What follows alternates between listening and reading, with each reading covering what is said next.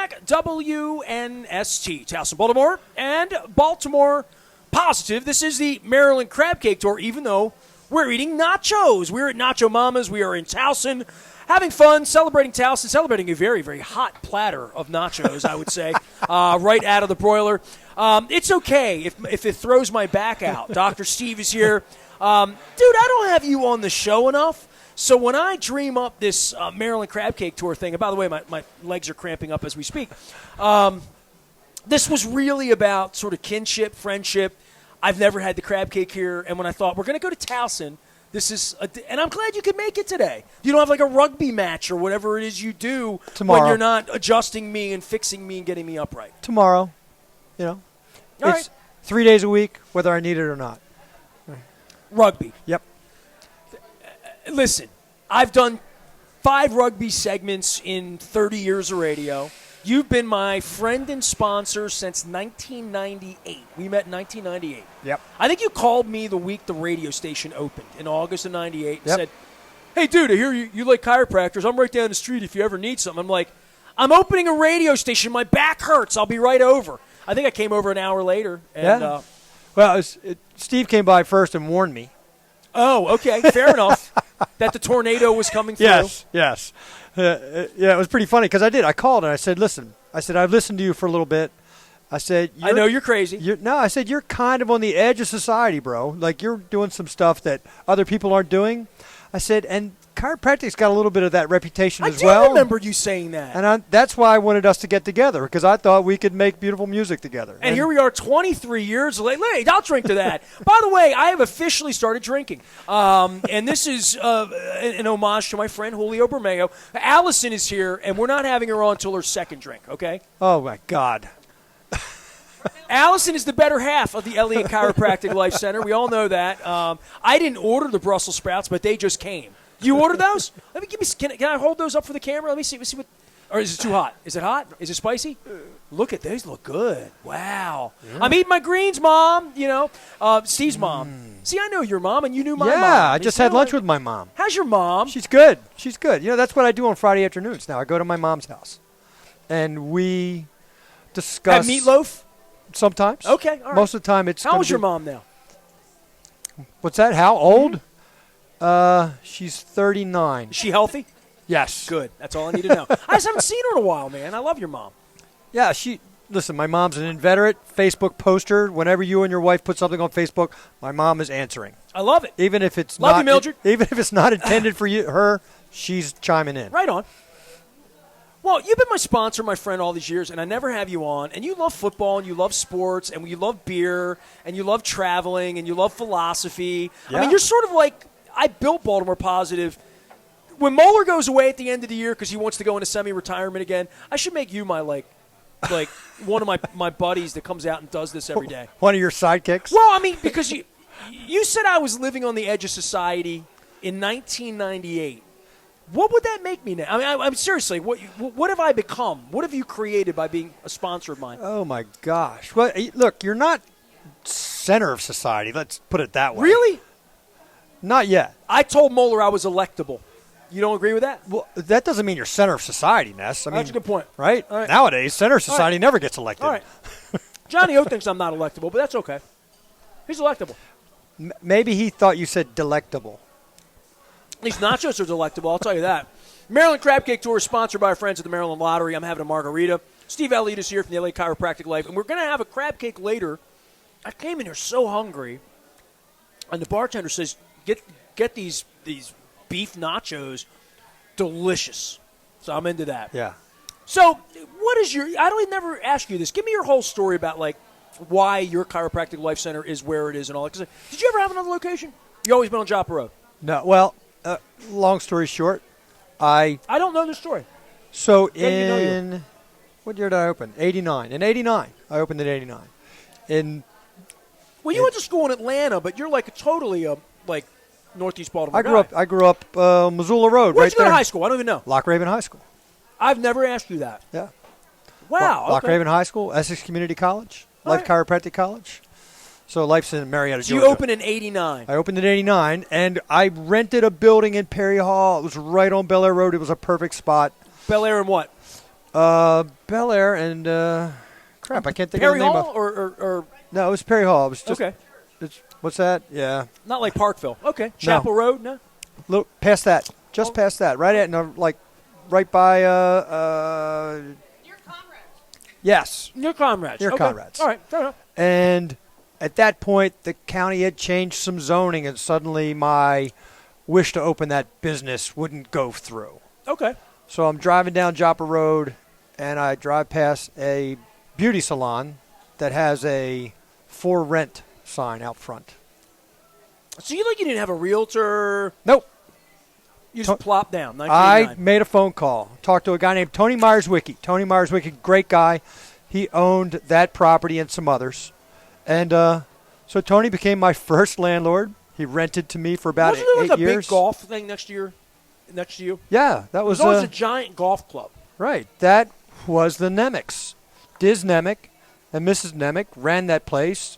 I went to high school with the Nemecks, so it was like, yeah. Dude, there were not a lot of golf places in 1990 anywhere. Those dudes were doing custom clubs. They were doing some amazing stuff. Yeah, I mean, golf clubs were like something you went to like Kmart to buy or Sears. Back then, I'm talking about. It wasn't like, and before Dick's or before any of those kind of box shop, Sports Authority and those places No, came, right? they were taking pro shop stuff and putting it out into the retail sector, right? So yeah, they were old friends, and I ended up renting a building right next door to them. So that's what's weird about Baltimore, right? It really is Baltimore. I always laugh. I always talk about when somebody comes into my office that they're going to run into somebody they know or somebody that a friend knows. And I always say that Dude, I come into your office this morning, and the dude coming out starts asking me about the Ravens, and he's pissed off about offsides. Right. I came in here, I put this down. Yeah. I mean, I haven't been to Taos in a while. Who am I going to run into? A bunch of cute college girls here and whatnot running around. Yeah, cute college girls. You're damn right they're cute college girls here. And they were sitting right here. And it turns out the father and the other one was a niece. They were cousins. The girls were cousins. They're students at Towson, and they're bio students, and the dad was a fan. And, I said, where do we drink together? He's like, at Nashville. I'm like, all right. So, I mean, there's a little bit of that going on, too. We got wings. Yes. This is the Scunny sauce. I've never had. So, I mean, I have such a rich history with Nacho Mamas because I knew Scunny in the beginning, and I know your family had a tie to Scunny as well.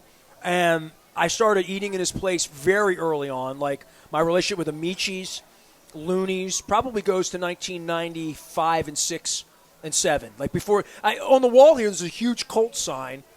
It predates the Ravens for sure. I knew Scunny before the Ravens existed, for 1,000,000% for sure. Right. So you're talking about generationally a long, long time ago. And I'm telling you, I ate in that place in Canton conservatively 500 times. Conservatively 500 times. I was in there. I lived in East Baltimore. Yep. I was in there all the time. And I always ordered the same thing. I got the chicken nachos with the rice and the black beans. And sometimes I get a margarita. Sometimes I get some chips. The chips are really familiar and delicious to me. Can I get some salsa? All right. Yeah. Thank you. The sauce is so familiar to me, and I don't have any of it. It's that chunky, tomatoey deliciousness. It was always really sweet. I love the sauce because it didn't put me on fire. Yeah. So I had this long, rich history, but I've never had wings at Nacho Mama's. You need some wings? Oh, yeah, go ahead, have some wings. Allison, when she's done, she's really going to pick the program up, I think. Because it's tough to do a program while you're eating. So give me the modern state of chiropractic because, look, we can get political on this program because of what we do. People have voted and believe in all sorts of witchcraft. Like literally, right? We talk about this all the time. And I had so many people in my life, the first 30 years of my life, that would call a chiropractor, it's a witch doctor, like all this crazy stuff. And I'm thinking to myself, I've been going to chiropractic for 30 years, and there's nothing about it that doesn't make sense about why I'm in pain right now because I'm subluxed here. Where sacrum? What do I got going on? L5 sacrum, yeah. Okay. We shouldn't And talk about that. There's HIPAA laws, Nestor. I'm just kidding. I'm not a hippo. Although there's a really cute one at the Cincinnati Zoo. I'm going to visit at some point. Well, in all sincerity, I mean, your practice and the reputation of chiropractic, I think it's come a long way with people I know. Matter of fact, today someone told me they saw their chiropractor this morning. Like, People openly talk in about their passing. Yep. chiropractor now.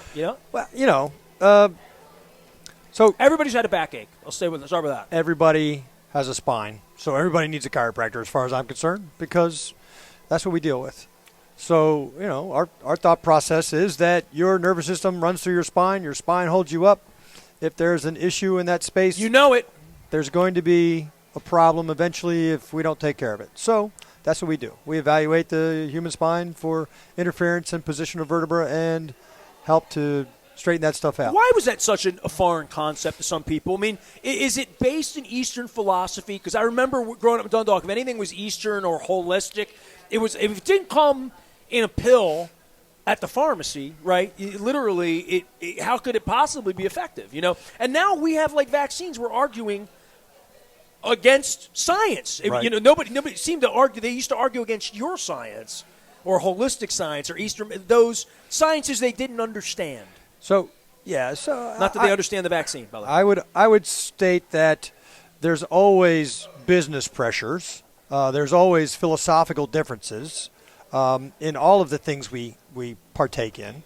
And I would say there's a philosophical difference amongst mainstream medicine and what would be termed old school chiropractic philosophy, in that the belief is that we can affect the human organism by Adjusting. making changes in the human spine, right? So How important is the spine? I mean, let's go 101. I mean, not just that it hurts or functionality. So how long can you last without water? Several days, several weeks? No, I mean without food, several weeks. Without water, several days. Without air, a minute or two. Without a spine, you're done. I haven't thought You're about done. my spine, even though it's been hurting all day. I think we think about our brain, think about our eyes, think about our teeth, think about washing our hands now. We think about our breath now because it's in our mask.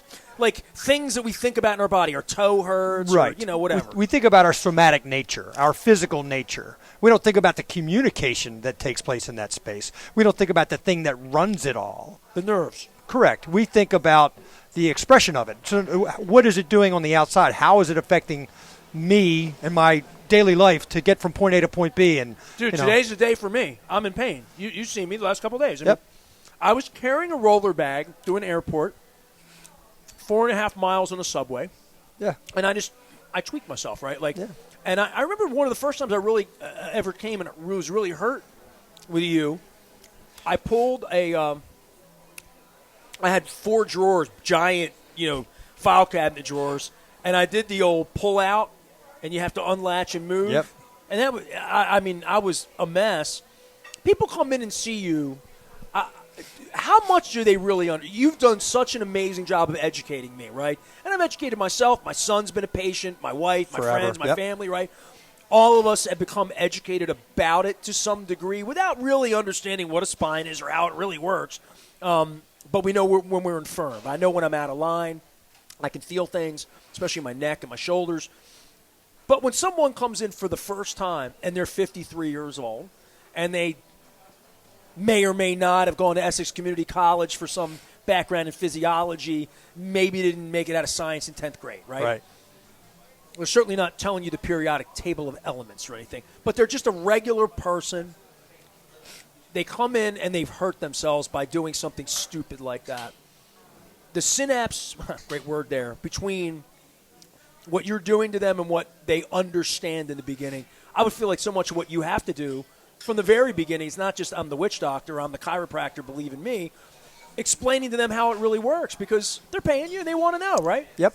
So and they've all been referred by someone, right? Usually, yes. Yeah. Well, those make the and they've tried everything. and they make the best patients. And The they've people tried that- everything, right? Yes. Literally. Well, Okay. yes, because I'm typically we're, didn't wanna come we're to last you. resort people, Right. right? Okay, fair enough. Right. Like people that advertise with you. Oh, No, I'm like- right. Okay, thank you. So Spoken like a true long-time advertiser. first thing you need to do is address their complaint, right? Like you can't just somebody comes in and says, "Hey, this hurts." I can't just ignore that and go right. Well, the problem's up here, not down there. We have to address the complaint, and then we just have to educate folks about how that complaint relates to what their spine is doing at this time, and how that's affecting their nervous system and their physiology, and from there, how do we make those corrections over time? So that's sort of the process. I'm trying to think at what point in my relationship with you that I understood that it hurts here, but it's not coming from here. Like right now, I hurt here, but it's coming from underneath of me. Yeah. Well, literally. Yeah. I mean, so a spine running up, yeah. feeling the pain in your shoulder, your neck. And I learned this so much when my knee was cut on, right? When I had my knee surgery, I was all out of balance. Everything that happened to the right screwed me up on the left. And the only thing that really saved me, besides Elliott Chiropractic Life, was yoga. Yeah. You know, and I talked to Victor Brick about this week. He's doing a huge thing with Planet Fitness. Invite everybody to move your mental health. You want to go out to John W. Brick Foundation. Had him on. Talking about mental health. I'm talking about movement. Yeah. It's huge. It's everything. You Yeah. have to move. Absolutely. That's what we're built to do. We are built to move. And neurologically, what that does is that drives the way your brain works. And when your brain works well, your mental health is elevated. See, Right. we all realize, like, I'm sitting here playing with these crazy nachos right now at Nacho Mama's, and we're doing the Maryland Crab Cake Tour, and I'm very cheesy and very meaty right now and very chippy. And I don't even, if I'm eating on the air, I'm just going to be rude because I'm hungry. But the point would be, I'm pissed off. I'm hangry. I'm a little short. I'm sure, I'm dehydrated. I haven't eaten anything. We all understand that. We all understand hangry. Mm-hmm. I didn't eat anything this morning. My sugar's getting low. Whatever that would be. I think other parts of our body, we don't think so much about that until it hurts. Until it hurts. Or until we can't figure out what's going on. Dude, I swear to God, I was dancing with Mick Jagger 72 hours ago in St. Louis, and I thought to myself, he feels good, and I feel good. And that's all that matters in the world. And then 3 days later, he's out drinking in Charlotte, shaking his ass last night, and I can't get out of bed. And I'm trying to get to Pittsburgh Monday to see the Stones again. So, it's incredible how quickly you can fall off a curb and stub your toe, and all of a sudden, you realize you probably shouldn't have worn sandals. So for me. We are complex organisms, buddy. And you can't go through life wrapped in bubble wrap. You got to live life. And part of living life is you're going to experience issues that need to be addressed and corrected, whether it's strictly through, your experience with your chiropractor, or whether it's you making sure you do the right stuff with regard to what you're reading, what you're eating, how you're exercising. Is my mind right? Is my body right? Is my attitude right? How am I making it through the next? Allison got me the Brussels sprouts, so I know I'm eating right. I know I got some greens here. Dr. Steve Elliott is my guest, my friend. He's my chiropractor. He can be yours. At LA Chiropractic Life, the second I make a mess. I'm having margaritas. We're eating nachos. We're on the Maryland Crab Cake Tour. It's all presented by the Maryland Lottery. Let yourself play. And I've talked a lot of Ravens football with you over the years and sports and all that, but you're the original rugby guy. You're wearing the Baltimore Chesapeake rugby football thing. Give a little business background, a little primer on how my back's going to get better before Mick Jagger needs me on Monday in Pittsburgh. As you can see, I'm sitting funny. I'm all antsy and awkward, uncomfortable. But for rugby, I would think Lamar Jackson's back's hurt this week, right? Yeah. Sort of famously, right? Problematic. Maybe that could, yeah, I would say, I'm sitting at home on ice on Thursday afternoon and thinking, I've had an incident. I've seen you once. I know I'm going to see you again. And I'm thinking, man, how am I going to feel Sunday at 4 o'clock? Am I going to be sitting on the couch? Am I going to be tweeting? What am I going to be doing? I'm thinking, I'm not playing in an NFL game. Right. And the rugby thing, and I think you came out with me with Haloti Nada many moons ago. It was 15 years ago, right? Yeah. That's how long we've known it. But Haloti was famously a rugby guy. I don't know that I've done 10 segments on rugby ever. You do know I famously sat with one of the most famous rugby players in the world. Yep. Sharni Williams. You can look her up, Sharni. Sharni is from Australia. I was on a flight from Sydney to L.A., and she sat next to me for 14 hours, and we got to know each other. Yeah. And I told you the story. Yeah, she autographed something for me. This is the craziest story ever, because the only rugby story I have 2 rugby stories. They both involve Australia. Not you, but I was in a rugby bar in 1998, and like one of the really famous rugby guys was the Cal Ripken of rugby. I had no idea who he was, but everybody in the bar in Sydney was like, and nobody had cameras in 1990. Right. So that's the only rugby story I have. So I get on a plane in Sydney 5 years ago, right after the Olympics, the 16 Olympics in Rio, and a bunch of girls get on. And these were, burly ladies. They had gym bags. They were not volleyball players. We were trying to figure out what they did. They weren't tall. They looked like soccer players. They were athletes. And they got on, and the girl sits next to me, and we get to talking as we're taking off. And I saw their bags was rugby. And I said, "Oh, you guys you going to the States, right?" Yeah, we're playing in the 7-on-7 in Vegas. I'm like, okay.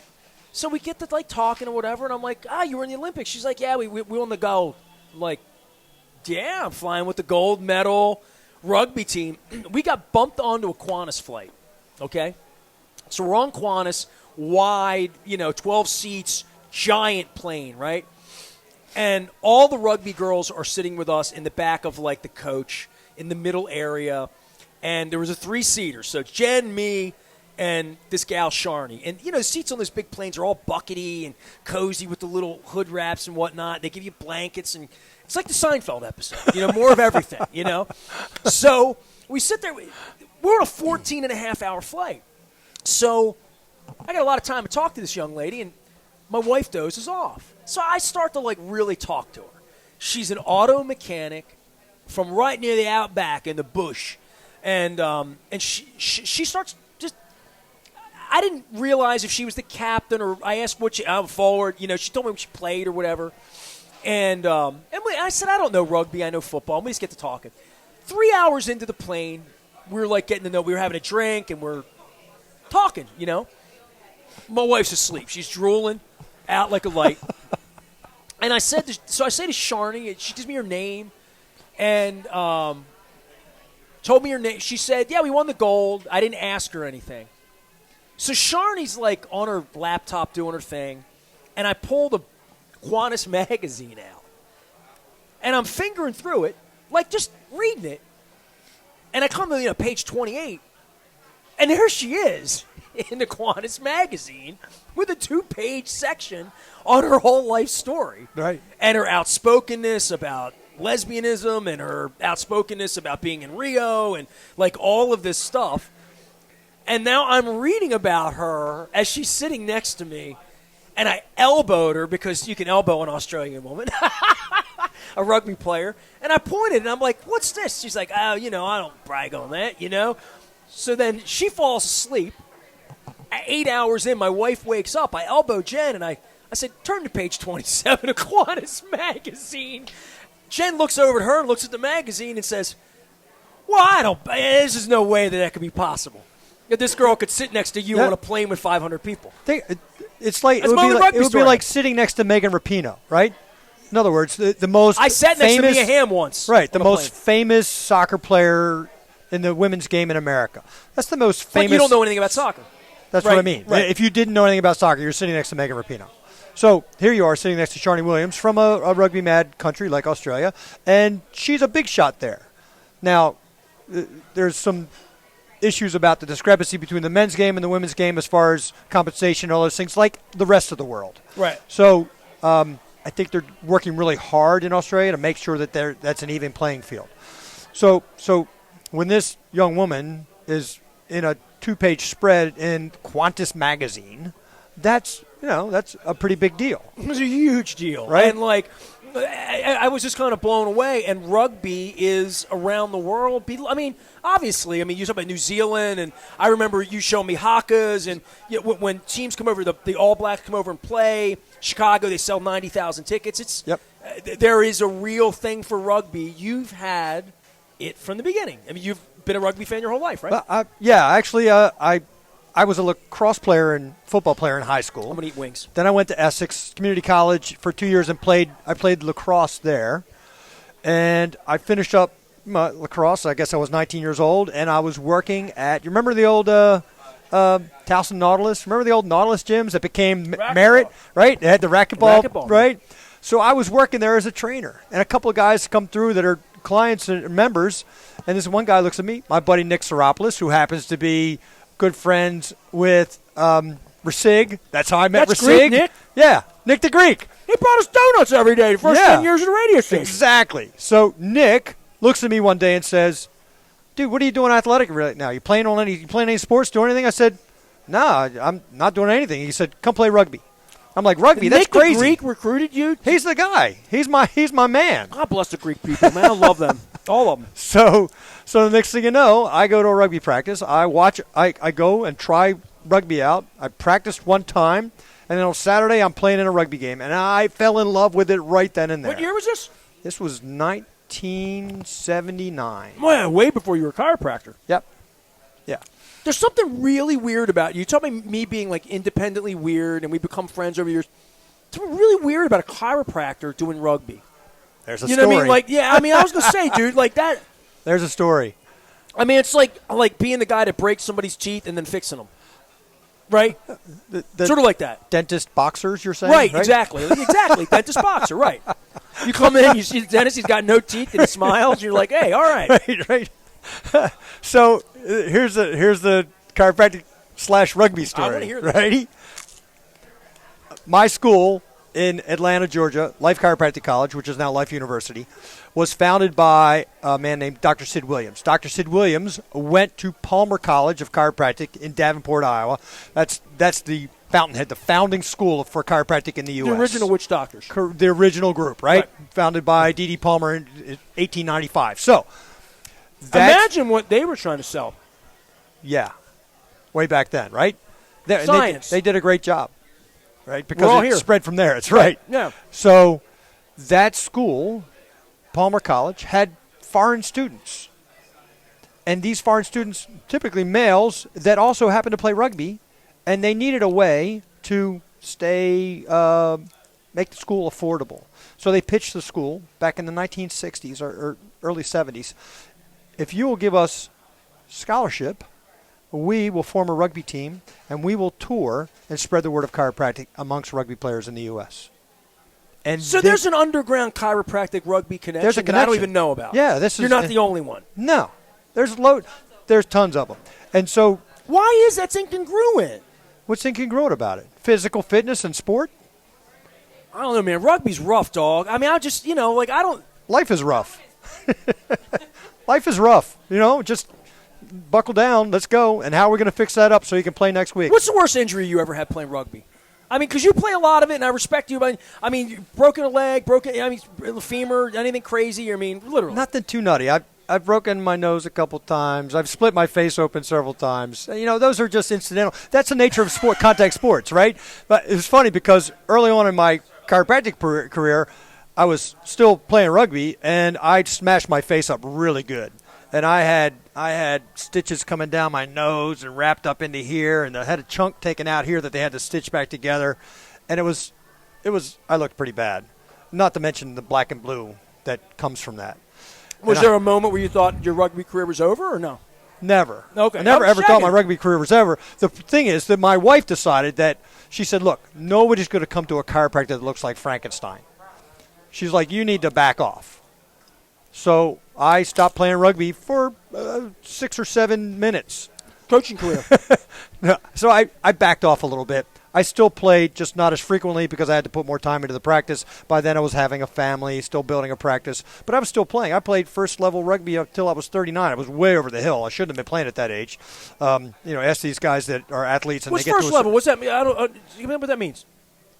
There's certain levels of rugby in the community game. It's called, Division I, Division II, Division III, sort of. All right, and then so like social side rugby is just guys that go out and want to have a good time and they want to drink beer afterwards. And then after that, you get to Division III, which is typically small town, might have one team. Division II and Division I rugby teams might have several teams that are playing. Division I rugby, until you get to the professional ranks, Division I rugby is the top level in the community game. That's called the community game as opposed to the professional game. How many teams would be consider that in Baltimore or Maryland? In Maryland, there's quite a few, but there's Get these nachos away from me, Allison. Have It's a gonna be crab cake stuffed. tour, man. Please. So God, they're good. in Baltimore, there's the Baltimore Chesapeake Rugby Club, which is so it all stemmed from Baltimore Rugby, which was founded in 1960. The first top-level rugby team, the first rugby team founded south of the Mason-Dixon line. Was it in So you 1960? played with Nick in '79, so you weren't that Yeah. far off the beginning of this. No. It was the beginning of a movement. Baltimore started in 1960, and then teams break off and spread from there. That's how it happens. These things are like Johnny Appleseed, right? Okay. So Baltimore Rugby started. A group of fellows that wanted to play more weren't getting some time with Baltimore, so they broke off in 1968 and formed Chesapeake Rugby Club. That's who I started playing with. From that group, another group broke off, and there was a club in Dundalk for 2 or 3 years. There was a club in Baltimore County called Bacon, which BACO. It was Baltimore County Rugby. That was around for a while. 2 or 3 years in the Dundalk guys, man. Nobody wanted to play them, right? Well, they ended up. What happens is these clubs break off, and then eventually, sometimes they'll fold back in, and that's what's happened with us. So we went from having 5 rugby teams in the area to back to 1 large rugby team. So Okay. the Baltimore Chesapeake Rugby Club. Who do you play? We play teams throughout the Mid-Atlantic, from Pittsburgh to Philly to Norfolk to Richmond to. Is it like a ranking system or championship or? Yes, it's a league. You play against teams in your league, and then there'll be a champion out of that, and that then will go to a regional. Teach me this. I don't know any of this. Yeah. So then you'll go to a regional. Let's talk about important things like beer and chiropractic with you. My back, concerts, philosophy. Yes. Brussels sprouts. We're doing the Yes. Maryland Crab Cake Tour. At some point, there's going to be Brussels sprouts. Steve Elliott has been my chiropractor, my friend forever, my rugby buddy. I swear this whole thing is an excuse just to get together with people I love. We're in Towson, which is an area I love. It's home for me. Nancy Hafford stopped by. We're going to have Jen Fideli here if I stop spitting food out. I'm having a margarita. Allison's going to sit in the next segment. Has she had her second drink yet? God, I hope not. So this is your chance before I give her the mic. Yeah. To say anything you want to say where she doesn't have the ability to have the mic. Because you're going home with her, so you figured this out. But she is the smiling face everyone sees when they come. When you say Elliott Chiropractic Family Life, the family part, Yeah. it's been a family endeavor from the minute I met you. Yeah. Yeah. I mean, You can pick on her now or pick on her later, whatever you want to do. She's the boss, right? She runs the show. I know that. There are times where she's not in the office and somebody asks me a question. I just You're a look mess. at them. I'd say I don't know. You gotta I don't have the answer. Ask Allison. Right? She'll know. If you have a question about your spine and your health, I'm your man. But as soon as you ask about anything else, like I don't even know how to pay the bills in this joint. Okay. So, well, that's why you got her. I mean, she is the backbone of the office. How's that? The backbone of a chiropractic. Sense of humor. I mean, Loch Raven. Did you get that at Loch Raven or did you get that at Life? Where'd you get that? I'm not saying. Marietta, Georgia, right? Marietta. All right, we're going to learn about the South. I was going to say the dirty South, but, Okay, the dirty South. Allison Elliott's going to join us next. Steve Elliott from Elliott Chiropractic. We're doing the Maryland Crab Cake Tour. We're going to have crab cakes, I promise. Brussels sprouts, wings. The nachos were fantastic, although I do need some salsa old school. I'm going to do that during the break. And we're going to come back and continue to talk about great things. We're going to be at Coco's next week with the mayor. This week, Steve Elliott. Next week, Brandon Scott. Last week, we were at Greenmount Station. The week before that, we were at Costas. We're going to be doing this each and every Friday. Invite folks out to say hello, fist bump, yell at me on the internet about all the social distancing we're not doing. It is really nice here today, isn't it? There's a breeze. Beautiful. Isn't it beautiful? Yeah. Got a Colts sign up on the wall. COLT. You went to a lot of Colts games, did you? Yeah. Have you seen the crossbar? Remember here? You have seen that? From 58? Yeah. He used to have it at the old one. Yeah. He brought it here? I don't know if it's here or not. Well, what happened? That's my dad's. My dad broke that off. That was my brother's. Brought it to the bar when he joined Scunny when they started. I knew everything here was stolen. I've met. So I thought you were talking about it earlier when you said everything's been stolen. I was like, exactly. I came in. By the way, there's a Dundalk Club sign over there. There's Artie Donovan's on the wall. I talked about the Charlie Ekman shirt on the wall, but I walked in here. The first thing I did is I walked back. They have a Scunny room back there with all, and most of it came from Canton. I recognized pieces of it. I had never seen it. I was a little late getting here. My back hurt if you didn't hear. So I went in, and the first thing I saw on the wall was my Brooks Robinson jersey that's been hanging at NST for years. I think they got it from Robbie, but it was definitely mine. I mean, I remember when Brooks signed it. It was on the wall at the radio. I walked in. I'm like, how did Scunny steal that? He's been dead 9 years. Like, I know that was on my wall 5 years ago. How did it get here? So we're going to have some fun. Jen Fideli's going to be here from Nacho Mama's. We're going to have Jackie on next month, too, talking some old stories and some Nacho Mama stories as well. And I think we're going to be doing more eating here. So we had some Brussels sprouts. We're going to get a crab cake as well because it is the Maryland Crab Cake Tour. Big appreciation to all of our sponsors, including our friends at Wise Markets. This has been a conversation full of wisdom. But the next segment's going to have Allison, so we're going to step it up. I am Nestor. We are WNST AM 1570. We are Towson, Baltimore, and at Nacho Mama's in Towson. Come on by.